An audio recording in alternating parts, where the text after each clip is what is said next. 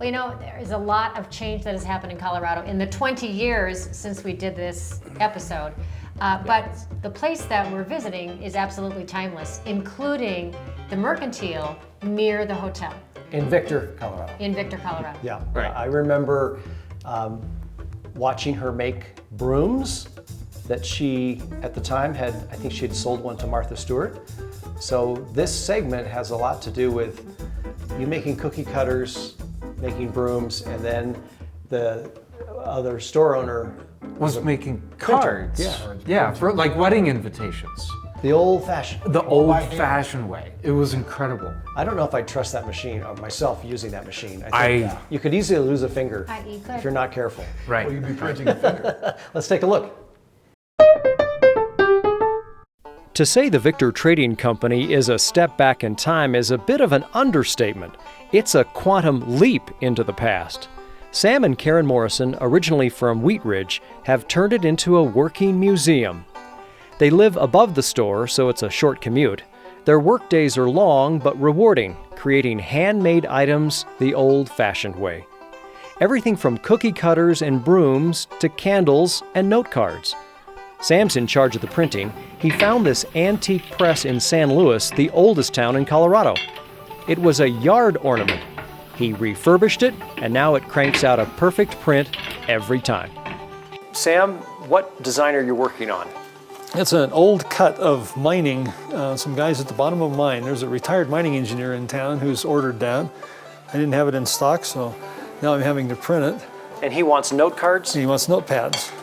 These are going to be padded at the top with padding compound.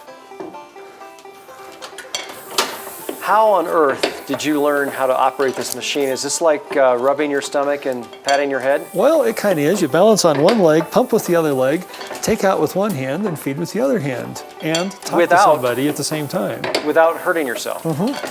Yeah, you keep your fingers out of the press, and by running a foot treadle, I can make the press go slower, I can make the press go faster. If something happens, I can actually stop the press in mid-stroke. Well, you start out with an ink plate, and you put the ink on there. Then you have 3 rollers that pick up the ink off the ink plate, transfer it down across the type form, which is locked up in what we call a chase. This is what we're printing, the block. This is called furniture. These are called coins, Q-U-O-I-N-S. It's an old term for a locking device. That goes in, and then the ink rollers come back up across. You have tympan paper. These are called gauge pens. We have a gripper that comes down and holds the paper. You have 3 gauge pens that hold the paper into position. You have what's called a throw-out lever, that when you bring the lever back, the press will come together. The gripper comes down, it prints. It opens up, you take that one out, you put in another one, and it comes together and it prints. I really am impressed that you can talk to me, look away, look down, use your foot, Yeah, put your hand inside that machine Yeah. that could easily take your finger off. yes, it could. Well, I've been doing this for years, and I'm not going as fast as I can.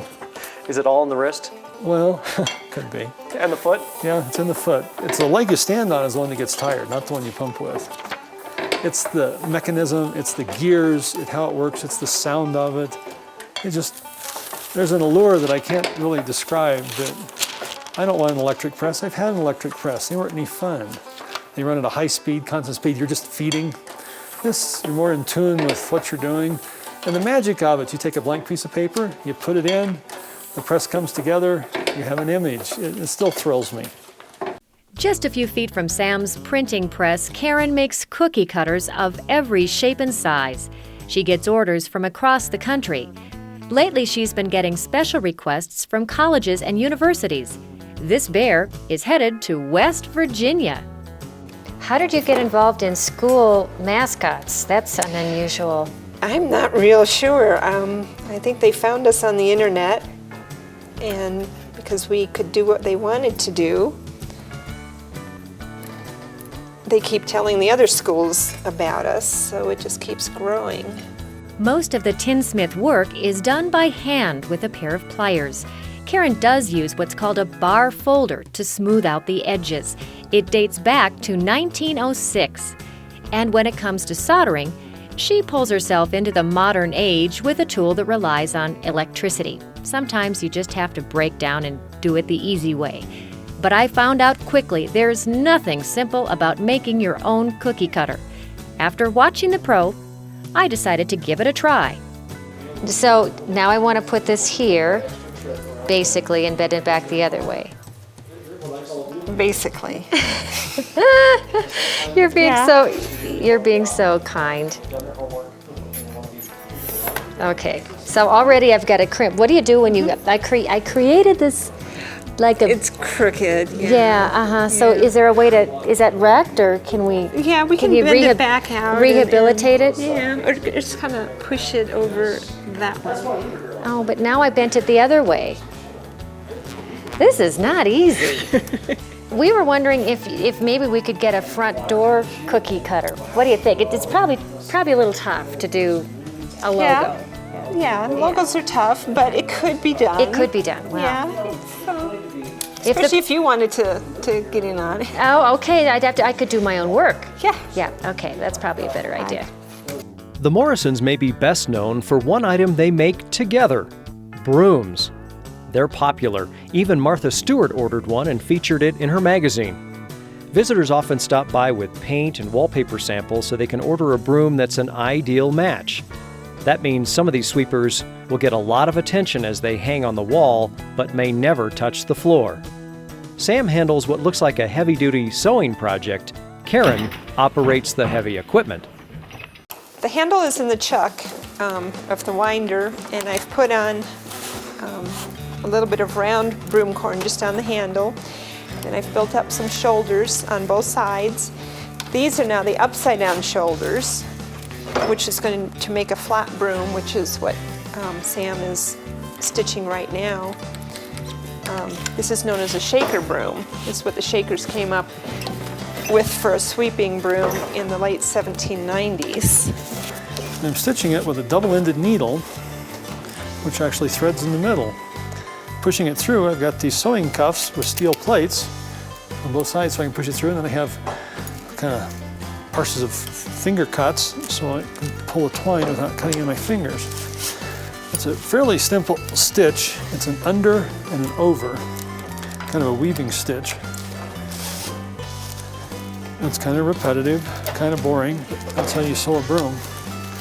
I can sew a broom tighter than a commercial broom stitching machine can, which they've had since 1913, because I can pull each stitch tight. On a broom stitching machine, you have to have an even tension all the way across or they break their stitching twine. So my brooms are tighter than ones you buy at mass discounters.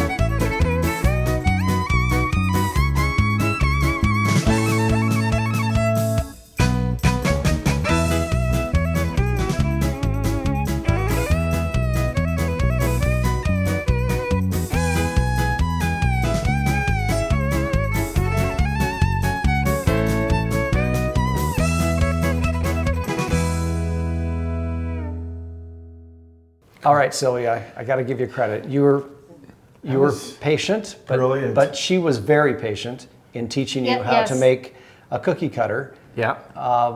And I think you should be proud of your work. Well, you haven't really seen my crafty side. I have one, but I'm not going to say that I was 100% satisfied with the results. Mark, you know. Well, yeah, I remember, wasn't the broom wall, wasn't like the Hall of Fame or the largest broom collection or something? Homemade brooms, is it whisk brooms? What is that? They were on the wall in the back. I think they're just brooms.